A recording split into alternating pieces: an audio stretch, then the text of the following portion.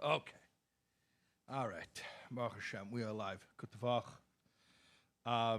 Just very briefly, ever so briefly, it's Gimel Tammuz. We are not in the Daled Amos, but we measured it. It's 254 Amos, I believe, from the oil. And we're going to learn V'Atah Tetzaveh.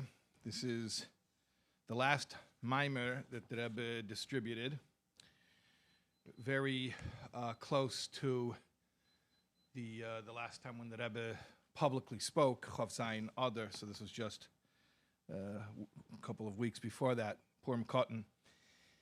The Maamar was delivered originally Tafshin Mem Aleph, 1981, but it was edited and printed and, more importantly, personally distributed by the Rebbe's own holy hand, right before the aforementioned incident. So this is, in many ways, like the marching orders that we're left with, similar to what the Rebbe said about the Maamar of Basi Lagani of the Frierdiker Rebbe, that the last Maamar, or the Maamar that was written and released, published for the publication, and coinciding with the yahrzreit of the Frierdiker Rebbe, closer to the, yeah, that we should study the Basi Lagani, the Frierdiker Rebbe's Basi Lagani, on Yud Shvat, on the Frierdiker Rebbe's yahrzreit, and that it should be reviewed in 3 parts, once after each tefillah, Ma'ariv, Shachris, and Mincha. So similarly, it's become customary to do the same with the Rebbe's V'Atah Tetzaveh 3 times throughout the day, once in the evening, and then again in the morning, and then in the afternoon. We're going to do Oasis Aleph through Hay, 1 through 5, and tomorrow, Motzei Shabbos, 11 a.m. we'll do Vav through Tes, and then 7 p.m. we'll do Yud through Yud Beis to the end. And also we want to thank, for the text of the Maamar, we want to thank Kohos Publication Society, as well as Lahak Hanochas, for the vowelized text to make it so pleasant and easy and readable, and we made it a large size so it's easy on the eyes. Okay. I mentioned before we start the Maamar, this is not a Fabrengen. I'm not here to really, I don't want to share Hergeshim or anything. I just want to learn the Maamar. But I will point out that the Kvias, the way that the date falls out as far as the yahrzreit this year, Motzei Shabbos is the same as 1994. And it's interesting the significance of a Yom Hilula that falls on a Motzei Shabbos. The Alter Rebbe, the Miyased of Chassidus Chabad, was nostalgic on a Motzei Shabbos. And the Rebbe actually points out that when the Tzemach Tzedek, the Alter Rebbe's grandson, describes that date, he refers to it as a Motzei Shabbos. And the Rebbe asks, why does he specifically refer to it with that phrase when we know, the Gemara tells us that someone who passes away out of Shabbos, Siman Yofalai, it's a good sign for him. But if he passes away on a Motzei Shabbos, going out of Shabbos, Siman Ra'alai, it's a bad sign for him, for the person who passed away. The Rebbe suggests maybe the Tzemach Tzedek could have avoided underscoring the Motzei Shabbos histalkus. He could have called it Oyer L'Yom Rishon, the eve of the first day of the week. You don't have to emphasize it's coming out of Shabbos, when we know from the Gemara, Siman Ra'alai, that's a bad sign for the person who passes away then. So the Rebbe answers and says, I'm saying this very much bekitzer, but we know that the time, the Eis Histalkus, the time when a tzaddik finishes his mission in this world, is a time where an incredible power is released in the world, which goes to all of those who were close to him and really to the whole world.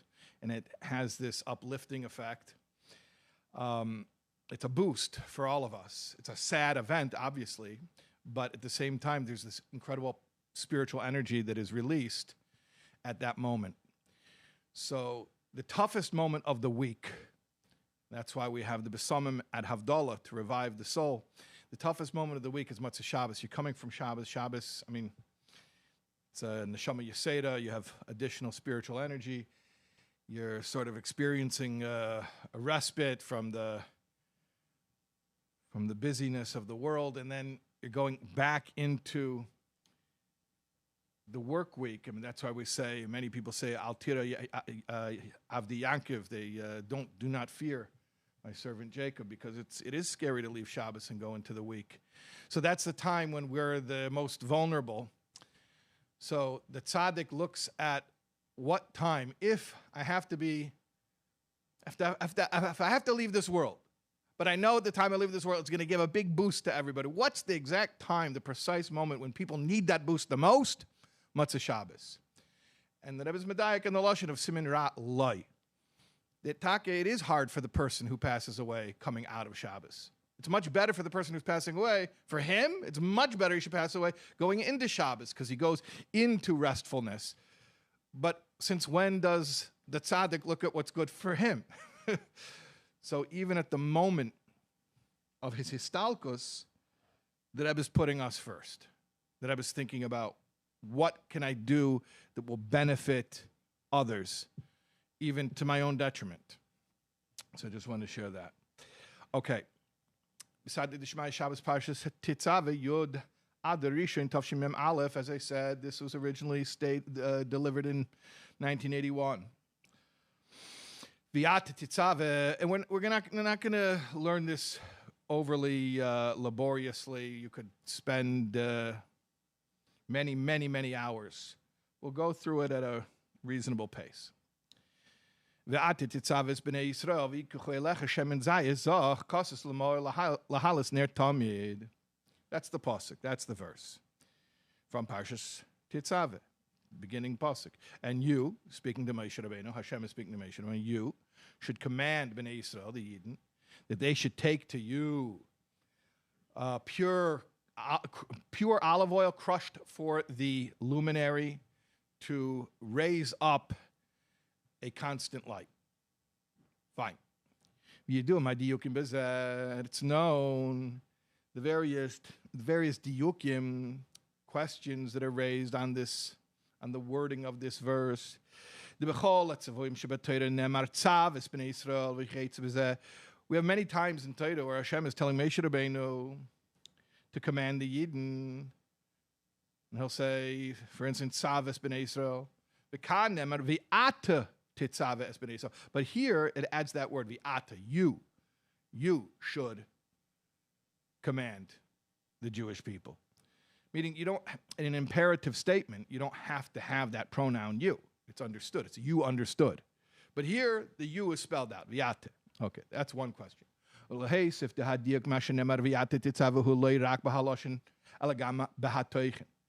now here's a question. It goes beyond just the grammar, beyond just the word. There's also something in the content here of the message. The lashon V'Atah Tetzaveh mashma shemesha hu metzaveh. When it says you should command, Hashem tells Moshe, you should command. Who's the commander? Who's giving this command? It's Hashem's mitzvah. Hashem is giving the command. But here it's saying Hashem is telling Moshe should give the command, as if Moshe is the one from whom the mitzvah originates. Moshe is the emissary to carry out, to deliver Hashem's commandment. Why does it say you should command? Come on in. Why does it say you should command? As if Moshe is the one who made up the commandment. Second question. Okay, now, right? So first of all, why does it even say V'Atah? Why does it have the word? Second of all, is Moshe Taka? Is he the one from whom the commandment originates, or isn't it Hashem's commandment? Third question. Why does it say they should bring to you, meaning to Moshe, the oil, Shiyaviyu Hashemin LaMoshe Elecha, the Lechayda, Kevin Shahal. Since we know technically who actually used that oil was Aharon, who's Moshe's brother, the Kohen Gadol. Why are we bringing it to Moshe? Why is the oil being brought to him? Fourth question. Why does it say oil crushed for the luminary. It should say oil for illumination, but it says oil for the luminary. Was his fifth question. In the very next pasuk, it says from night until morning, and here it says constant. Okay, so we have a bunch of questions. Is base. Now, you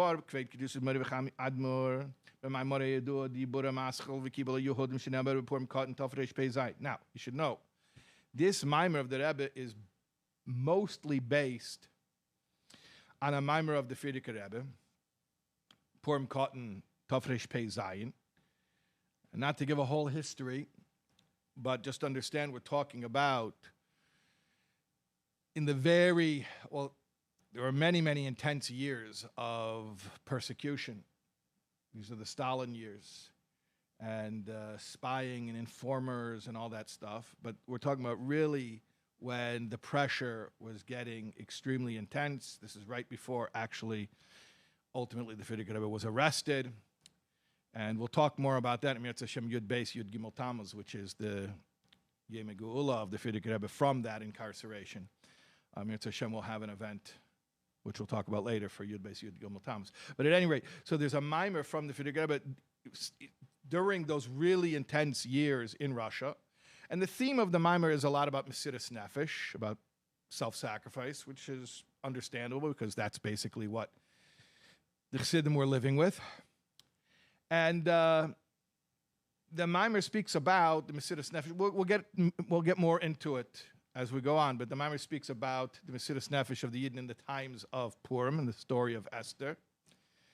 And there are many details of that Maamar that the Rebbe examines and analyzes in this Maamar. Okay, so in the Frierdiker Rebbe's Maamar,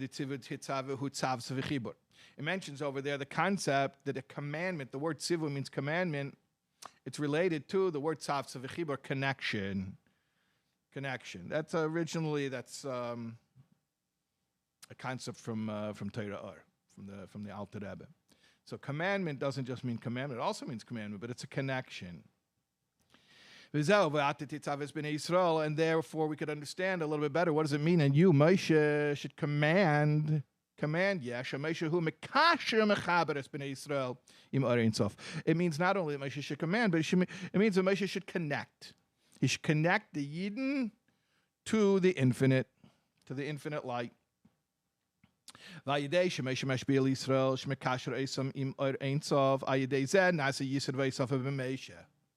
And through Moshe connecting the Yidden to the Or Ein Sof, this actually brings about some enhancement, some addition in Moshe himself. That Moshe serving as this catalyst of this process benefits Moshe, brings Moshe to a higher level. Brackets. The Moshe v'Yisrael heim dugmas reish v'regel. The relationship between Moshe and the Yidden is like a head and the feet. Like it says, we had this couple weeks ago, the Parsha, what Ba'aleischa, Sheish me'ois elef ragli ha'ama sha'anech b'kirbei.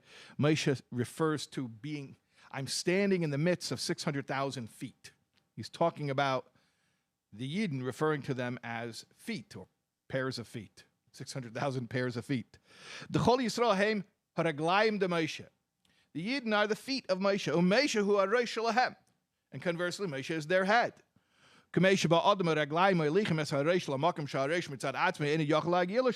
Just like the feet bring the head to a place where the head cannot go, a bodiless head cannot travel anywhere. So even though the brain is the one who tells the feet where to go, the brain is the one who knows where to go, why to go, what we're going to do when we get there, and yet it can't do any of that without the feet.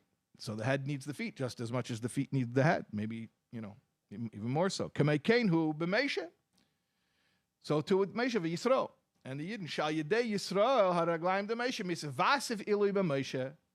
That even though we're speaking about feet, don't think the feet don't have a symbiotic relationship. Don't think it's not a two-way street. It's very much mutually beneficial. So we have this concept of Moshe himself serving as the Tetzaveh, serving as the connector of Yidden and the Ohr Ein Sof. Moshe himself is experiencing some type of benefit from this. In fact, that's why the verse says, when Moshe is describing his relationship as the head to the feet, and that's how he's describing his relationship with Yidden, he says, Anoichi, shal yidei ragli ha'am nimshach hagili da anoichi bekirbei shel Moshe. Anoichi is the first person pronoun, I. It means the essence, higher than names. When we speak about when Hashem, for instance, at Har Sinai, says, Anoichi Hashem aleikecha, asher yitzisicha me'eretz Mitzrayim. So Hashem is a level, aleikecha is a level. Anoichi is not a level. Anoichi is just the essence. It's who he is. Anoichi means who I am. So the essence of Moshe, the Anoichi of Moshe, is brought out when he connects Yidden to the Eibishter. V'zehu V'Atah Tetzaveh b'nei Yisrael v'yikuchu elecha shemen zayis goimer da'ayidei shemeish yitzaveh v'kashas b'nei Yisrael im Ohr Ein Sof ayidei ze yaviu b'nei Yisrael shemen zayis l'meisha v'yikuchu elecha she'esifu teisfes ohr b'meisha. And that's what it means. They should bring the oil to him. It means that by Moshe being the Tetzaveh, Yidden are bringing Moshe something of benefit. They're bringing something to him that makes him, if I could say this, sounds funny to say it, but it makes Moshe more Moshe. Whatever Moshe is on his own, but when he serves as the connector between Yidden and Hashem, it makes him even more of himself. His anoichi, his essence, is brought out through that relationship specifically. Okay. Gimel. Now we have this term to explain what we've been talking about, this relationship between Moshe and the Yidden. We have to look at this term, Raya Mehemna. Raya Mehemna is Aramaic, Raya Namon in Hebrew. And it's a term it's in Aramaic because it's from Zayar. Zayar is in Aramaic. How do you translate Raya Mehemna? Okay, so there's a couple of meanings, and depending on the meaning, there's two different ways to translate it. The Shnei Perushim Bezeh, Shu Raya Namon Shel Yisrael. One interpretation is he is the Raya Namon. He is the faithful shepherd. What does that mean? There are different types of shepherds. Some shepherds are more reliable than others. A Raya Namon is a very reliable shepherd. Meaning, what does it mean, a reliable shepherd? Whatever it is the shepherd's supposed to do, you can count on him to do it, and that's called Raya Namon. And that's one way to translate Raya Mehemna. And that's the more simple and straightforward way to interpret it.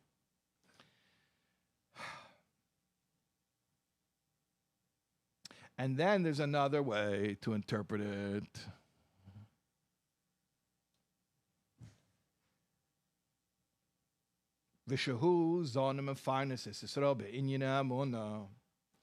It means he's a shepherd of faith. Not he's a faithful shepherd. He's a shepherd of faith. We have to break that down a little bit. Like a shepherd takes care of sheep. But what does he do? He makes sure that the sheep get fed. So a shepherd who's a shepherd of Yidden, he makes sure that the Yidden get fed. Get fed with what? Faith. So Raya Mehemna means the one who's responsible for making sure that Yidden are getting nourished with faith.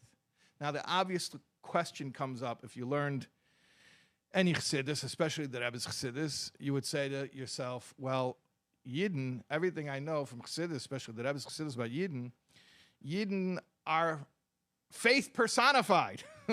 Why do they need to be fed something that they already embody?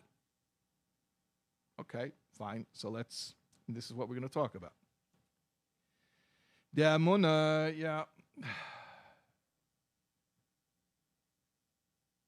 The faith that Yidden have intrinsically, the term that we use is they are believers, the sons of believers. sometimes it could be in a state of makif. What is makif? Makif literally means encompassing. Now, we're not talking about a physical object, so don't picture encompassing in spatial terms of like something that's outside or around or whatever. And metaphorically, yeah.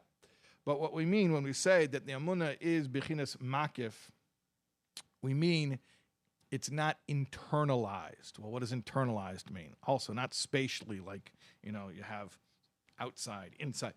It means like this. Doesn't use this term here, but Chassidus often talks about the concept. It's originally a concept from the Gemara. Ganva pumachtata rachmanakaya.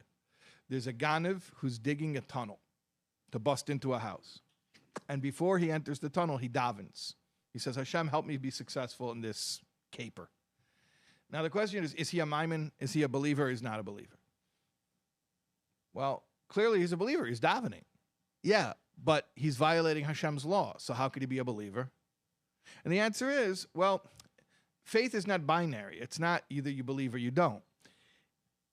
There are degrees of faith, degrees of how internalized the faith is. So in the abstract, yeah, of course he believes in Hashem. He's davening. But when it gets really personal, meaning when he has to feed his family and he's nervous he's not going to be able to do so, that faith doesn't help him to be able to relax and remember that he can keep Hashem's law and feed his family at the same time. And something breaks down, and he goes and he does what he shouldn't do. So in the abstract, of course, Hashem runs the world. But when it really counts, it's not internalized enough emotionally for me to live with it. So it could be that even though Yidden are Maminim b'nei Maminim, we have this faith baked in, but it could be in the abstract. We're not feeling it in day-to-day things. We're still getting nervous, freaking out from our day-to-day lives. And we need somebody to help nourish us with our own faith. It's our own faith. It's our own faith. And we're going to speak about it more. Where does this faith come from? Because there's two levels where it might come from. But it's our own faith. But we need somebody who can help us to actually integrate it so it affects our consciousness and therefore our decision-making, that we make the right choices. We make choices that are based on faith rather than choices that are based on the fears of the ego, the animal soul. Okay. So that's what the Rai Mehemna means. What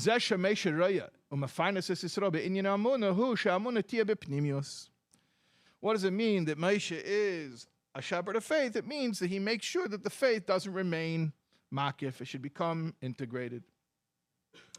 That's what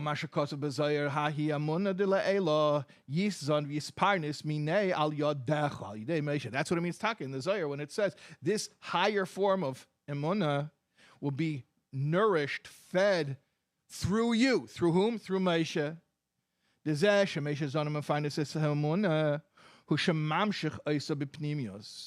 What does it mean that Moshe feeds us or nourishes us with faith? It means that he catalyzes the process of our integration of the faith. I hate to tell old rabbi jokes that everybody knows, but I'm going to do it anyway. You know this story, the rabbi, he raised a bunch of money to do a building campaign, and they did the whole building over, and then the last thing in the building was the parking lot. And on the day of the ribbon cutting ceremony, the mayor's going to be there and everything. And just before everyone shows up, these little kids come out of shul and they run around into the wet cement and they track it up. And the rabbi screams at these kids, just loses his cool, just screams at these kids. And as the rabbi's screaming at the kids, one of their fathers shows up to shul and sees the rabbi screaming. He says, "Rabbi, didn't you teach us kol ha-koyes ki'ilu eved avodah zarah? Anyone who gets angry, it's like he worships idols." The rabbi says, "Yes, but that was in the abstract. This is in the concrete."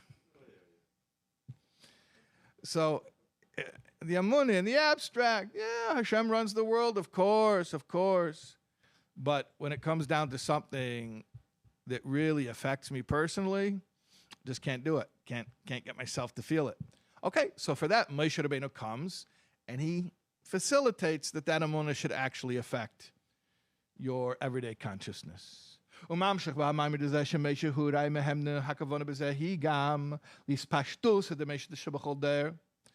the V'Atah Tetzaveh, he goes on and he explains that when it says that Moshe is the Rai Mehemna, it doesn't just mean Moshe Rabbeinu, that was the last time it ever happened. No. It's a concept in Zohar of Ispashtusa de Moshe, Shebachol Dar. That in every generation there's an extension of Moshe, the Roshi Alpha Yisrael, Shebachol Dar, Heim, Mechazkim Es HaAmunah, the Yisrael, Shebedeiram, Shamunah Shalem Tia Bipnimius. There are Moshe-like figures who provide this same function. Kamei. Here is an archetypical example. This is connected to the Frierdiker Rebbe's Maamar, which very much focuses on the Purim story. Mordechai. Shahayo is pashtusa de Moshe shebedeirai, k'mamer azal, shemordechai bedeirai, k'meshe bedeirai. Mordechai in the Purim story was the Moshe-like figure of his generation. Shegam bizman zeres hamen shelimar Torah v'kiyam mitzvahs oz haya kosher imesiris nefesh. That even at a time like the decrees of Haman, when gathering to learn Torah was connected with putting your life at risk, nevertheless, he gathered groups in public to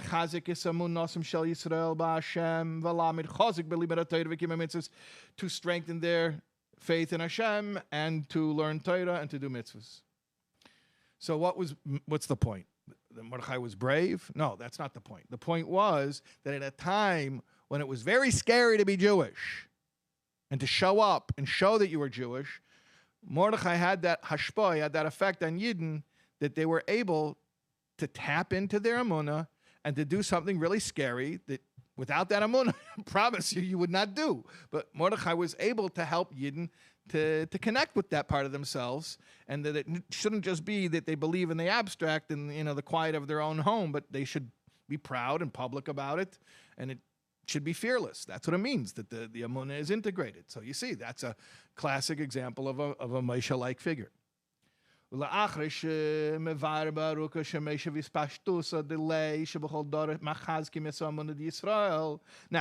the Frierdiker Rebbe's Maamar, after he explains this concept, you have a Moshe-like figure who helps Yidden get in touch with their own emunah, to internalize their own emunah in every generation.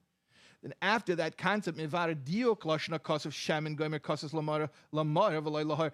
Rebbe explains another question we had in Ois Aleph. Why does it say in the verse, Kosis lamo'er, crushed for the luminary? The olives are crushed for the luminary. It should say crushed to illuminate, meaning crush the olives, turn them into oil that will then illuminate. Why does it say crushed for the luminary?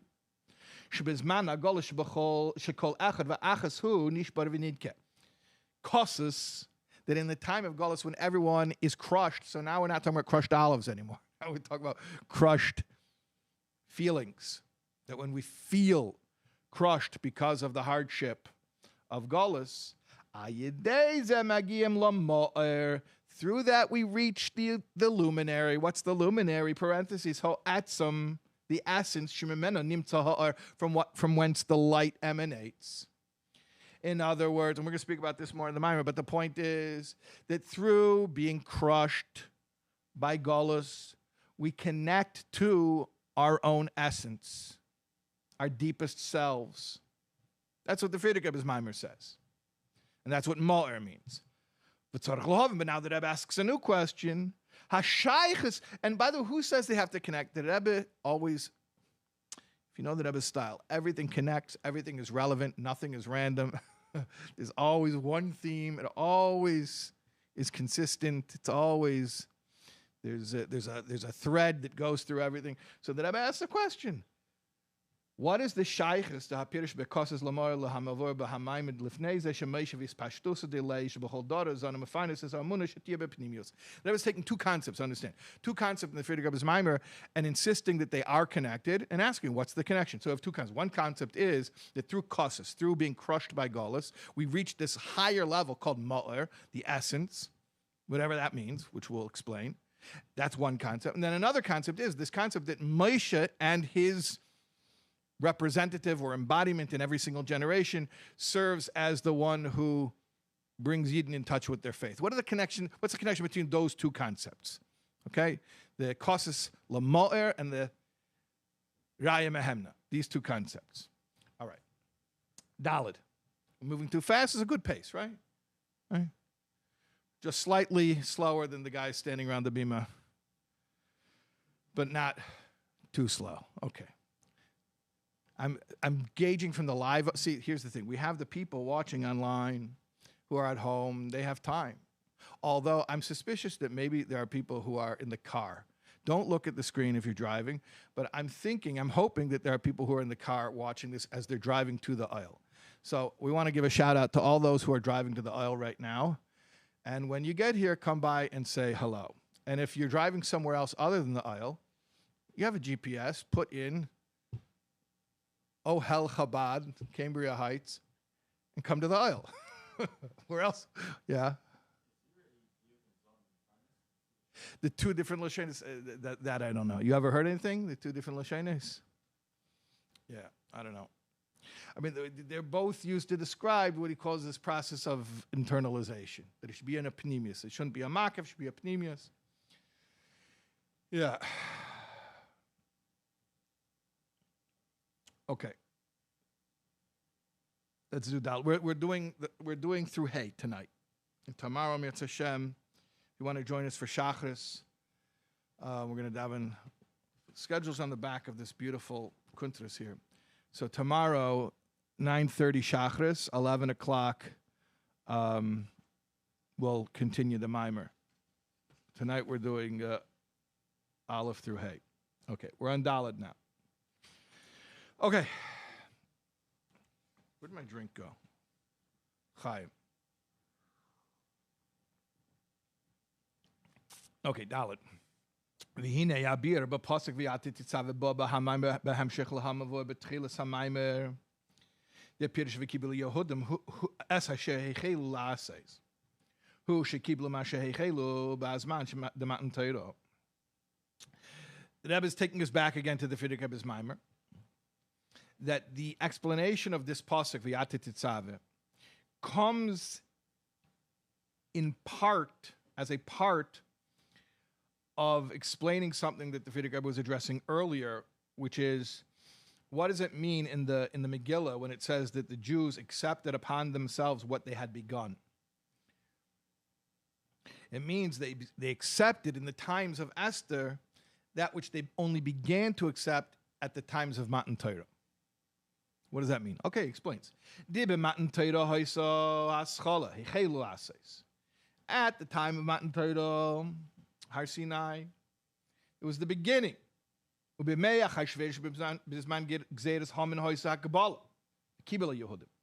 the times of Achashverosh, specifically in the harshest times of Haman's decrees, that's when they actually accepted.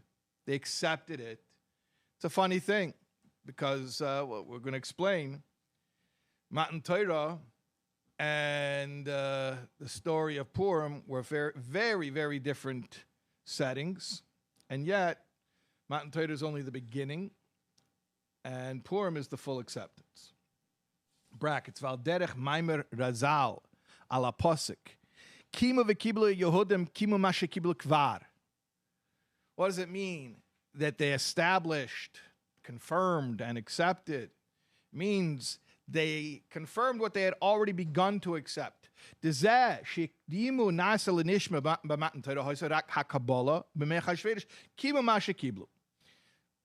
Nasa v'nishma, we will do and then we will listen, meaning we are agreeing to accept Torah mitzvahs before understanding it, we'll do it with Kabbalah soil. When they said that prior to receiving the Torah, that was only the beginning. They didn't truly affirm it until the times of Esther. Now, the Frierdiker Rebbe is the one who points out that this is very strange. Why is it strange? At the time of Matan Torah, the Yidden were on a very exalted spiritual level. There was a lot of divine revelation. Right? We're talking about Matan Torah itself was miraculous. and Yitzias Mitzrayim and the Makkah is miraculous, and Kriyas Yamsuf, all these miracles, surrounded by miracles. The Nesev was Gam Kaid Matan Torah Hoyu Giluim Nailim Beyeser, Agili Shohai Yitzias Mitzrayim Befrak Bekriyas Yamsuf, Hini Agili Shohai Beshas Matan Torah Hoyu Gilui Naila Eid Yeser. So they were experiencing all these miracles from the time they were leaving Egypt until the time they were standing at Sinai. Incredible revelation. And then contrast that with the Purim story, B'mei Chashvedish, Hoyusra B'tachlis Yerida. It was a very spiritually low time.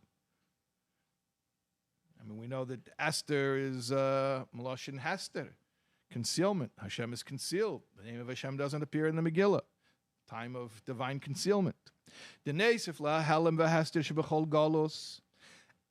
any Golus is a time of Helam v'Hester.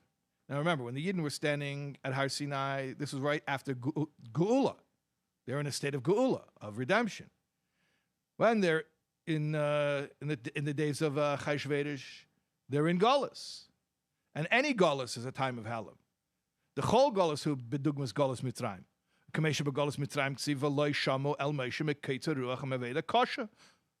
Like it says, when the Yidden were in Mitzrayim, they couldn't even listen to Moshe because of the Kaitzer Ruach and the Aveda Kasha, the shortness of breath and the difficult labor.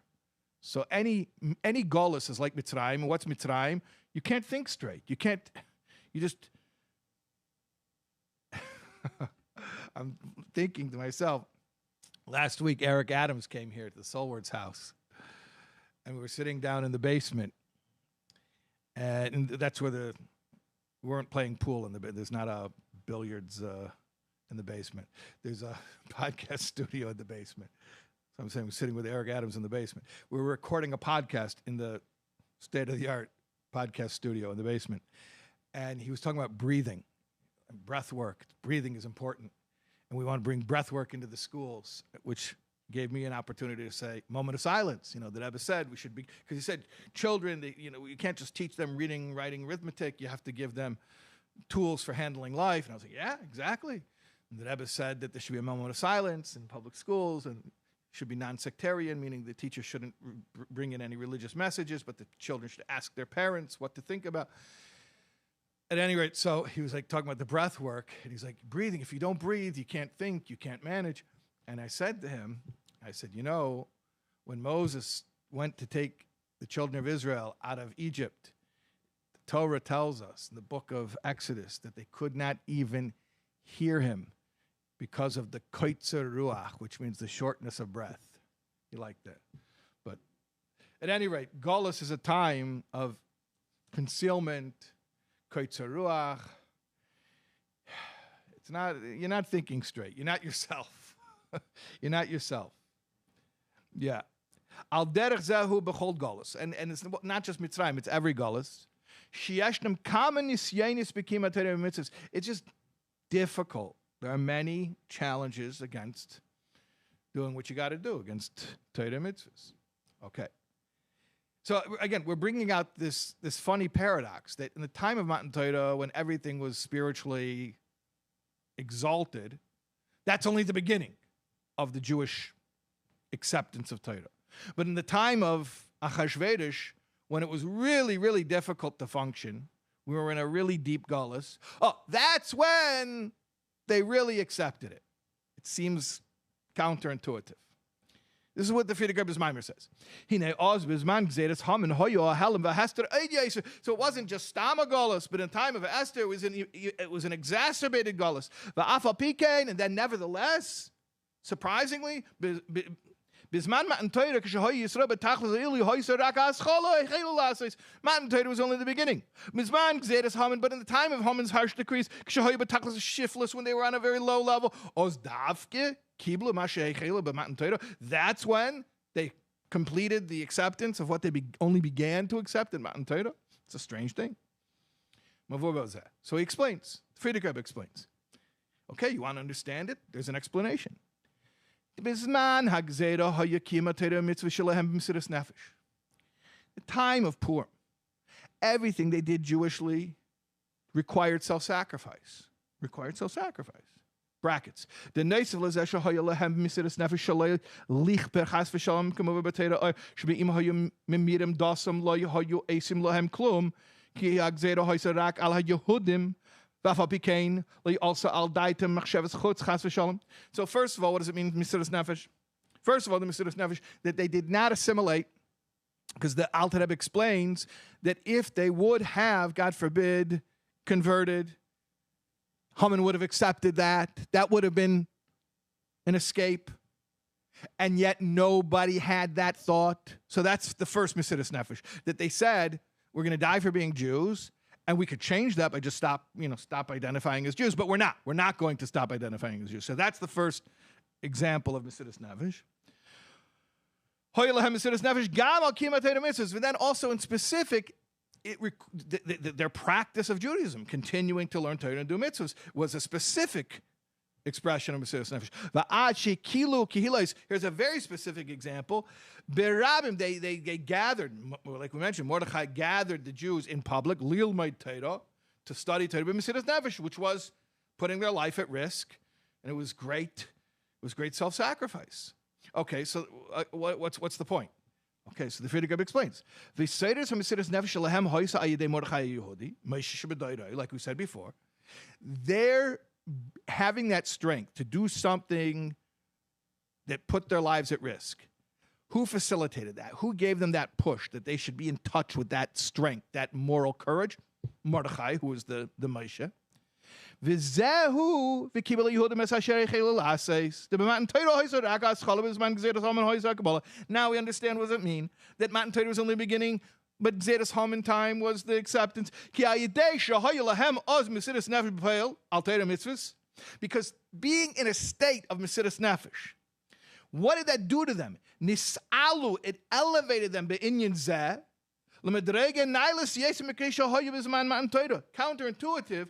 But it actually was more of a spiritual boost for them to be in a terrible situation where their Yiddishkeit was threatened. That actually pushed them to a higher spiritual level than all of the miracles that they experienced at Matan Torah. And that's why Matan Torah is only the beginning, but the real affirmation, the real acceptance was at that low point. And ironically, the low point was the high point. That's why specifically in the time of that Gzeira, of that persecution, that's when they accepted it. This is all what the Friedrich Rebbe explains. And again, I mentioned earlier, the Friedrich Rebbe's Maamar is during the real harsh decrees, not just against Judaism in general, but specifically aimed at the Friedrich Rebbe as an individual. This is in the days leading up to his arrest. And it was literally a dangerous time. And obviously, the Maamar of the Friedrich Rebbe has eternal relevance, but I'm saying also at the time when it was delivered, had very immediate relevance to everyone to whom he was speaking, that they were in that type of a Gzeras Haman situation where everything about Yiddishkeit entailed Mesiras Nefesh, and the Friedrich Rebbe is telling them that actually being in a state of Mesiras Nefesh, in an ironic way, can lift you to a higher level. Okay.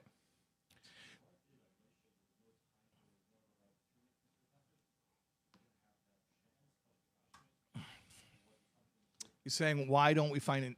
So Mordechai is the Moshe of Shabbat. But where do we find that Moshe does this? The Moshe you're saying. It's an interesting question. Do you already have an answer to this? Okay, I have a thought. The question was, so Mordechai was obviously in a situation where he could inspire Yidden to Mesiras Nefesh because there was an opportunity for Mesiras Nefesh. There was a real threat. Where do we find that Moshe does this? So Benji's saying, well, maybe there just wasn't an opportunity for it because there was so much Giluyim, there was so much divine revelation, like there was no threat.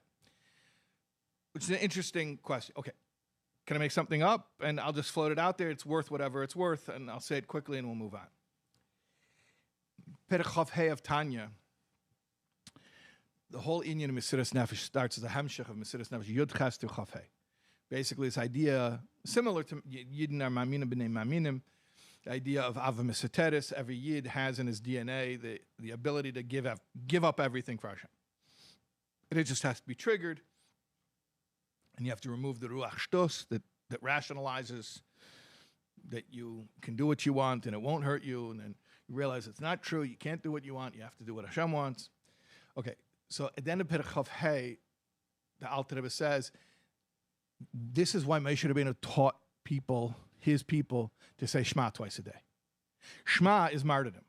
Like, unfortunately, we have millions of examples throughout history of Yidden who gave their lives, and the last words from their mouths was Shema Yisrael.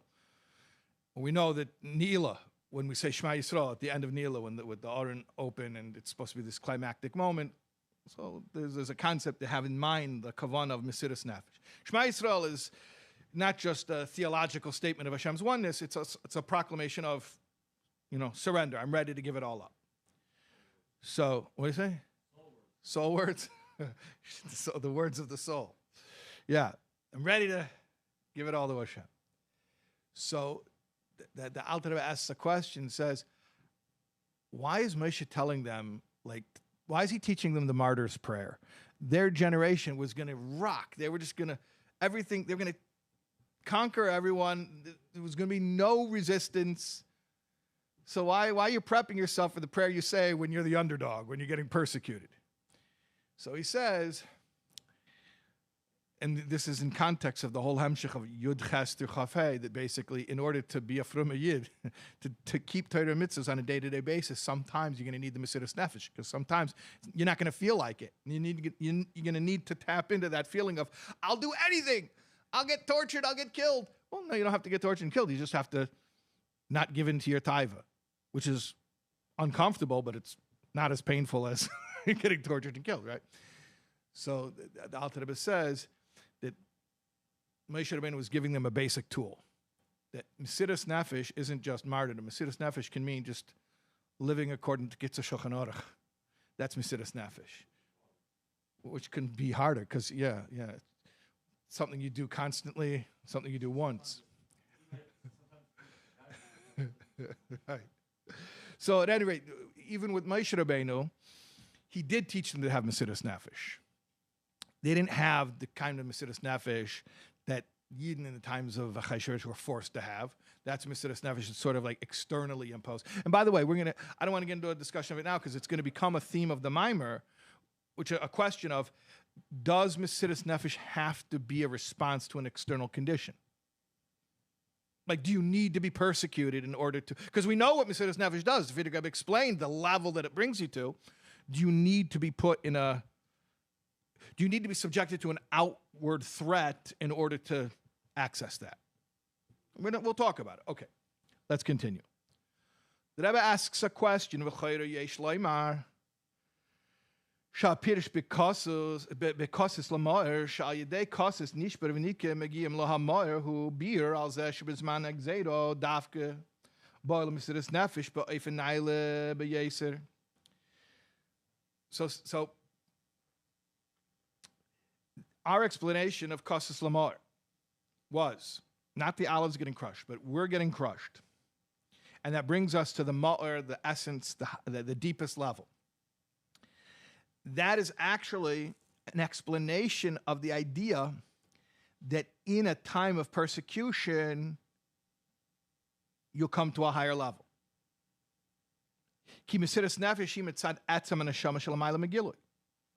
Where do we get the capacity for Mesiras Nefesh from? Where does that come from?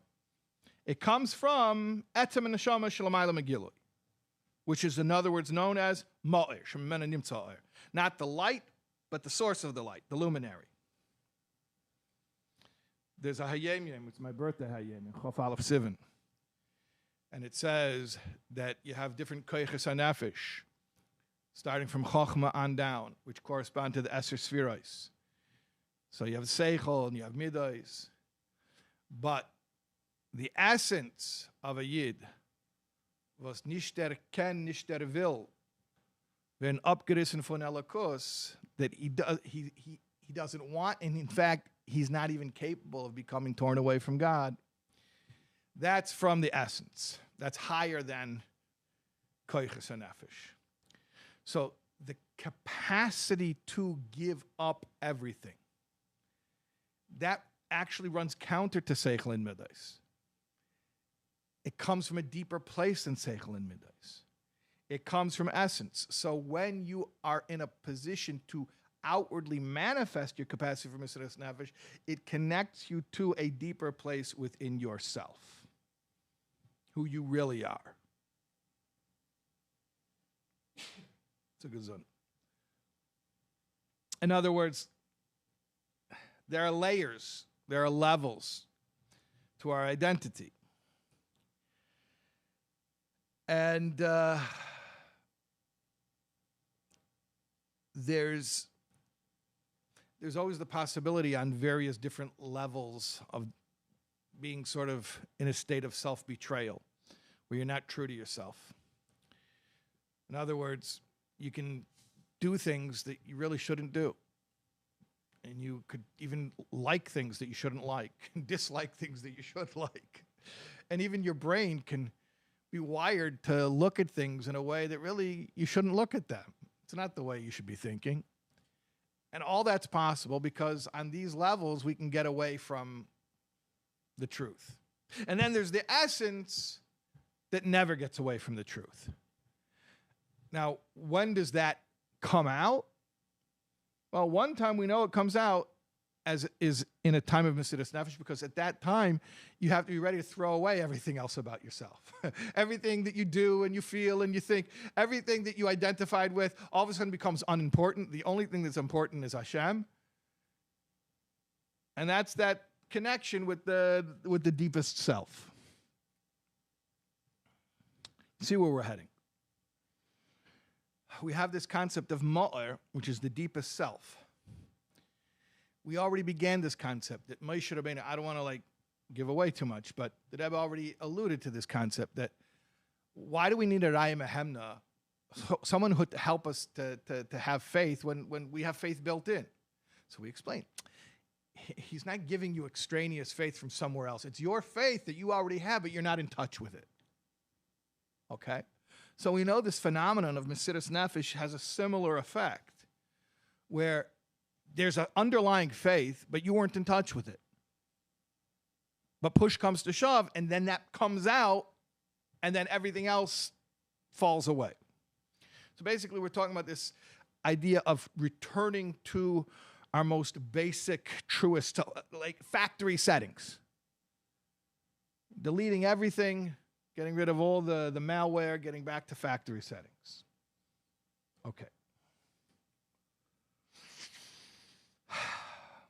Mesiras Nefesh mitzad atom and neshama shemaim gilu ma'or shemenu nimtza ha'or vayidei shahoyu oz b'matzav the kosis nishper v'nidke nizgala atom and neshama ma'or. So being in a state of Mesiras Nefesh brought out in them their essence, their deepest selves. Avo mehemshich v'seder anyanim b'hamaimer shapirish b'kosis l'ma'or bo la'achrei o inyin derai mehemno. However, the Rebbe wants to say this. In the Fidik of his Maamar, this concept, how Mesiras Nefesh brings out your essence, comes after this explanation of Raya Mehemna,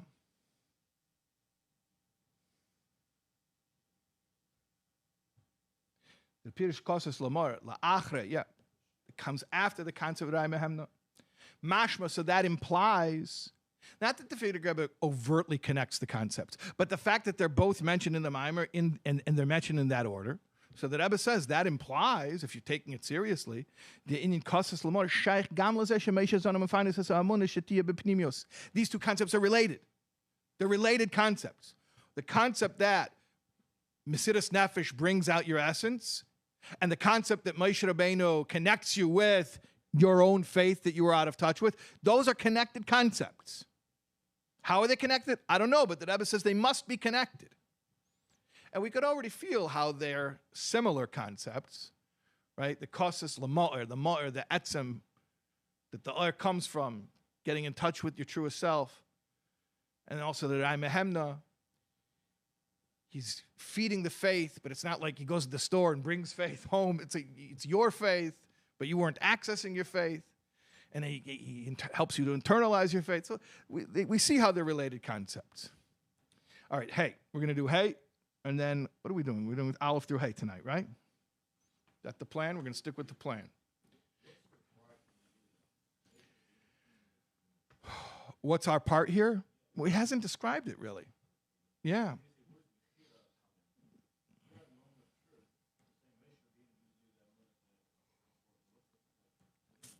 Saying, what's your active role here? Like, what are you doing here? Yeah. I mean, so far, it doesn't really sound like there's an active role. I mean, it's just describing something that happens. And it's almost like the opposite of an active role. It's like, we're talking about Mesiras Nefesh, the way we're describing it. It's like it happens to you. It's like this wave that's like powerful. It just picks you up. To the extent that the Yidden in the time of Matan Torah, because they didn't have those conditions, they weren't able to reach that deep. And that's why it's only the beginning. They weren't able to really confirm it. Yeah. So at this point, yeah, it doesn't really, don't worry. If you want some Avodah, it's coming. The Maamar is going to mun from you. Don't worry. You're not going to be off the hook. But at this point, it's just describing, I think, certain realities. Hasn't really told us anything. I don't see that it's told us to do anything yet. But trust me, we'll have plenty of work before we're done. Okay. Hey. Yesh lavar za al pia yadua. There's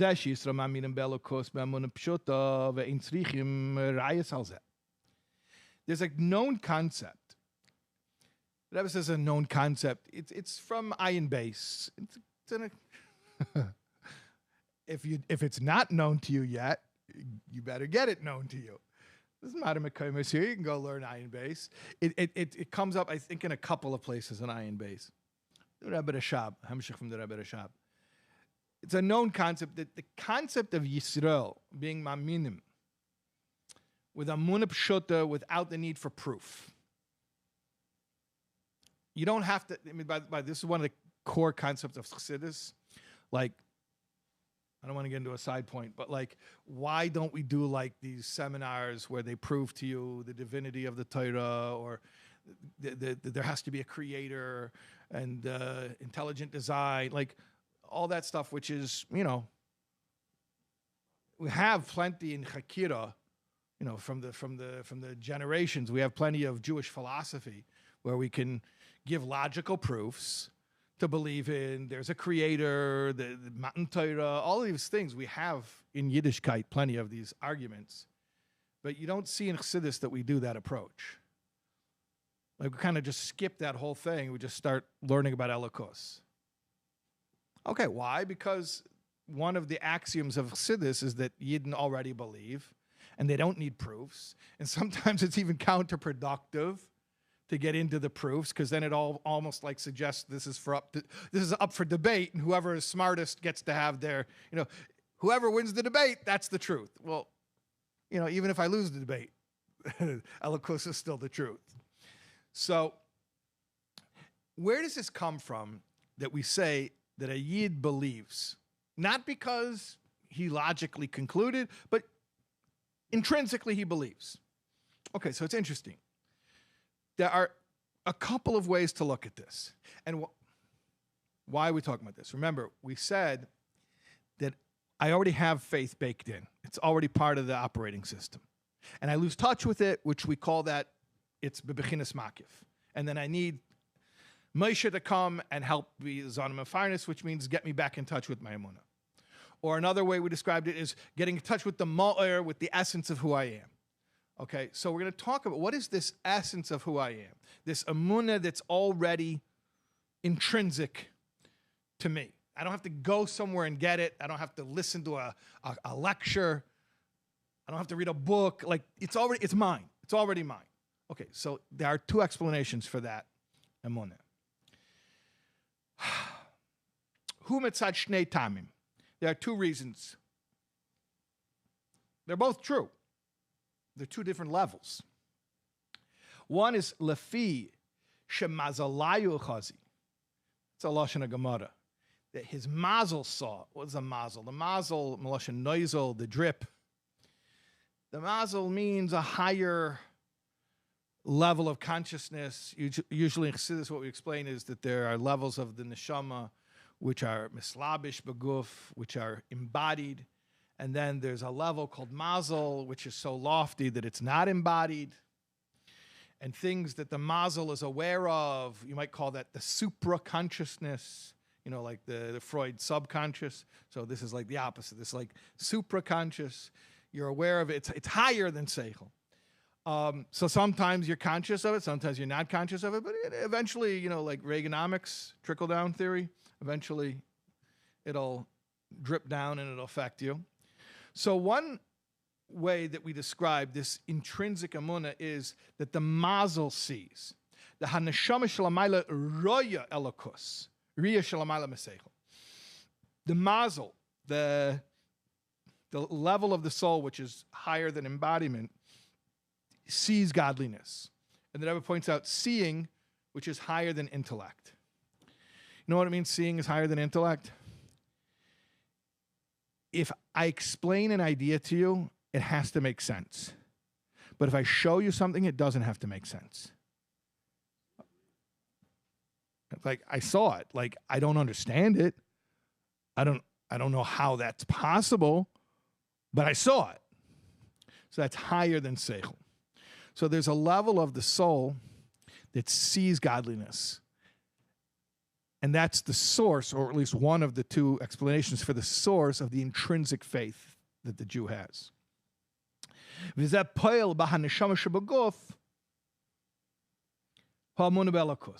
then that affects the part of the soul that is in the body, meaning I guess you call that your conscious self, that it should also have faith.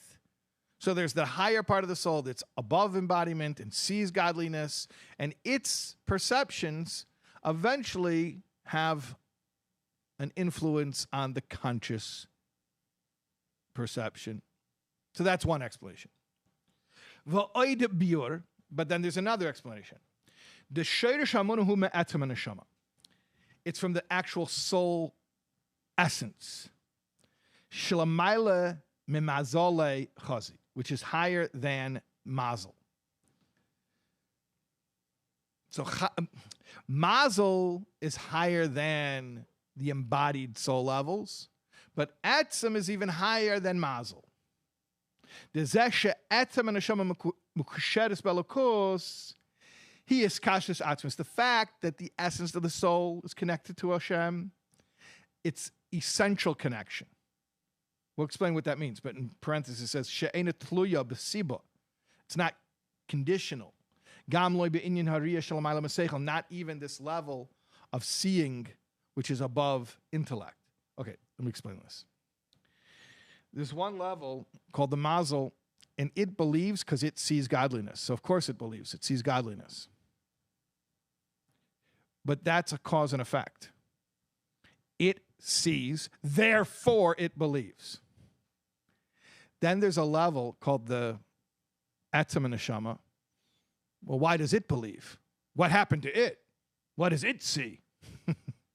Nothing happened to it. That's just what it is. It's not a cause and effect. It's not this, therefore. On the level of mazel, it is. In other words, if in theory the mazel wouldn't see, then it wouldn't have that belief. But the mazel does see, and therefore it does have that belief, and then it trickles down and affects the rest of the neshama that's in the body. But the level of etzem, which is higher than the mazel, even higher than mazel, the etzem, it doesn't believe because of something. That's just what it is.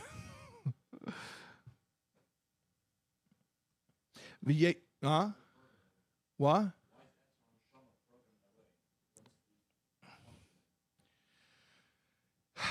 Why is it that way? You mean, what's the purpose for it being that way?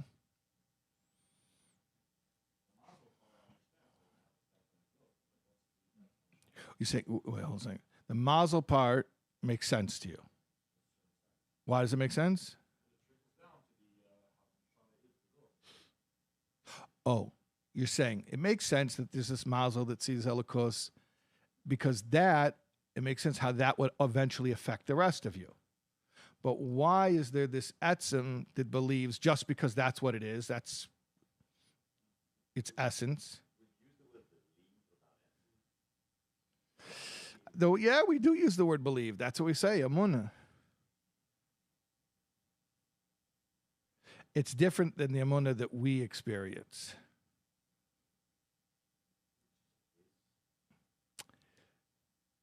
It's what is your reality?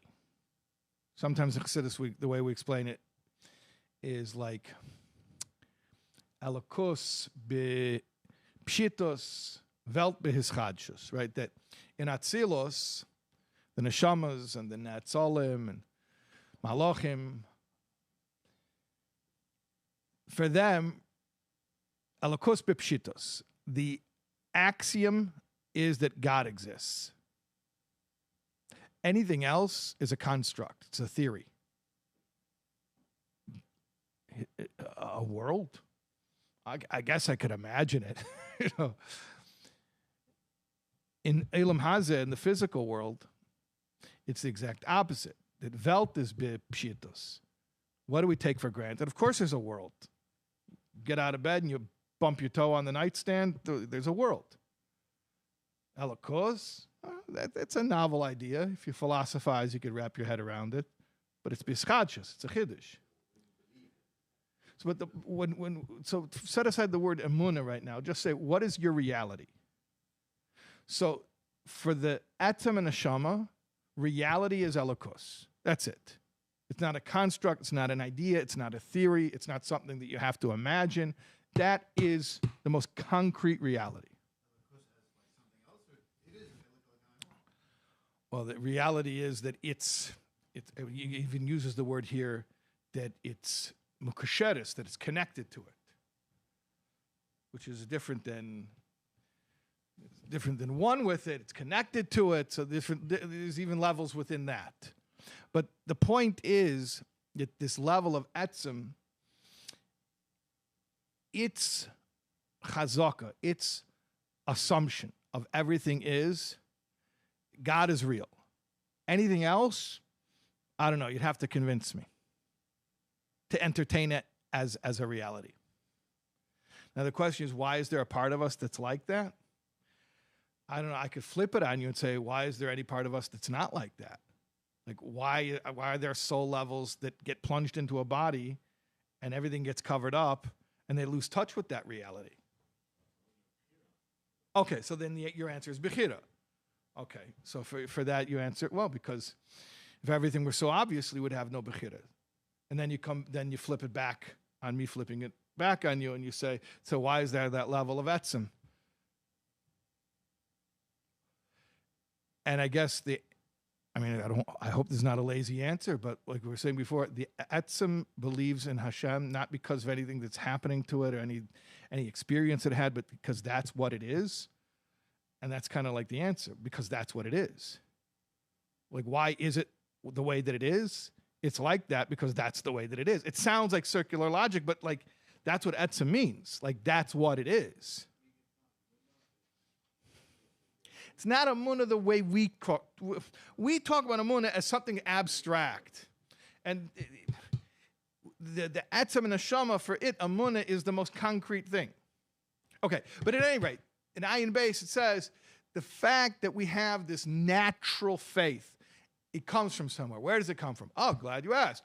2 places. And it's not mutually exclusive. They can both be true. They're levels.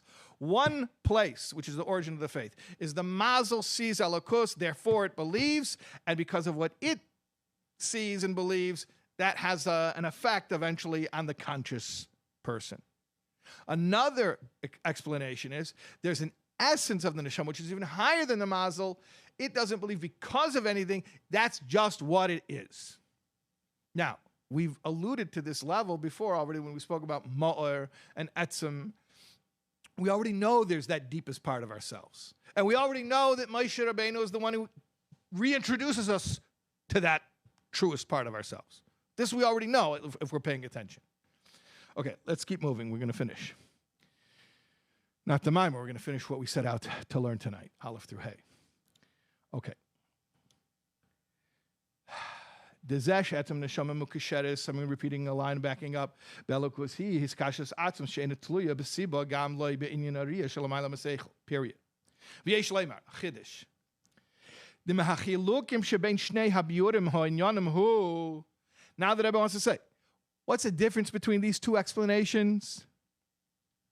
The hamun b'haneshama hamelubeshes b'guf haba meriyas haneshama shalamayla hi b'chinis makif. The kind of amunah that we end up getting from the fact that the mazel sees Elokos, that's the amunah that's in a makif, like we said before. Doesn't stop you from stealing. The kaven shaneshama shalamayla hi lamayla mislabshus lachin pu'alasa b'haneshama humulabeshes b'guf hi b'chinis makif. Because that level of the soul is above embodiment, and therefore the effect that it has on the soul never really becomes fully embodied. It doesn't really get into your kishkis and calm you down when you need to have real amunah, practical amunah. Not theoretical amunah, practical amunah.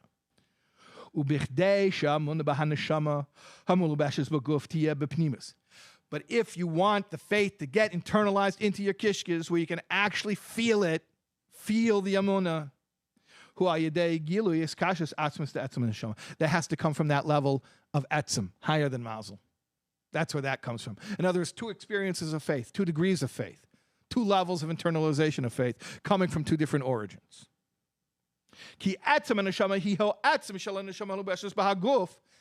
Crazy concept. The essence of the soul is also the essence of the soul that's invested in the body. Even the soul that's invested in the body, its essence is this same essence. Because it sounds like the opposite. It's like the atzim is higher than hislabshus. And then you have the levels that are shaykh to hislabshus. So it's like saying, is Hashem physical or spiritual? Right? Oh, it's spiritual. No. Hashem is atzim. Atzmos, higher than spiritual or physical. So first you're thinking of it like, oh, atzim and neshama. That's the spiritual of the spiritual. And we say, no. If it's really etzem, then it's the essence also of the lowest level of the neshama. Now, on a conscious level, that's not how we experience the lowest level of the neshama. The conscious level, lowest level of the neshama is the one that's all to get all this pull from things of this world and to get nervous and reactive. But if you dig deep enough, it's there. That's the hardwiring of even the lowest level. In other words, if you want to really internalize the faith, you have to find that faith that's already there. Not a faith that was brought in from somewhere else. The fact that the mazel sees Elokos is faith that's brought in from somewhere else. It's due to something. It's due to an experience. It's not intrinsic. Okay. Ki atzim neshama hi o atzim shala neshama hamulubeshes ba'aguf v'lochein ha'amun da haneshama hamulubeshes ba'aguf shemetzad atzim neshama hi b'pnimiusa. That's why, since the faith of atzim neshama is intrinsic, so therefore, when it affects the levels of the soul that are in the body, the ones that we're conscious of, that's why it can actually accomplish something where you would internalize it, which we said before, means you would actually put your money where your mouth is and not just proclaim belief as a doctrine, as a dogma, but really, really feel the faith on every level, emotionally, even physically. Your body is calm. You feel like a person who's safe. Now, according to this concept, we're going to go back and we're going to tie up some loose ends in the Friedrich Rebbe's Maamar. What's the connection between these two concepts? The concept of being crushed, bringing us to the deepest level of self, and the concept of Moshe Rabbeinu being the one who gets us in touch with our faith. The idea that Moshe is the one who connects us to our faith so that we can internalize it.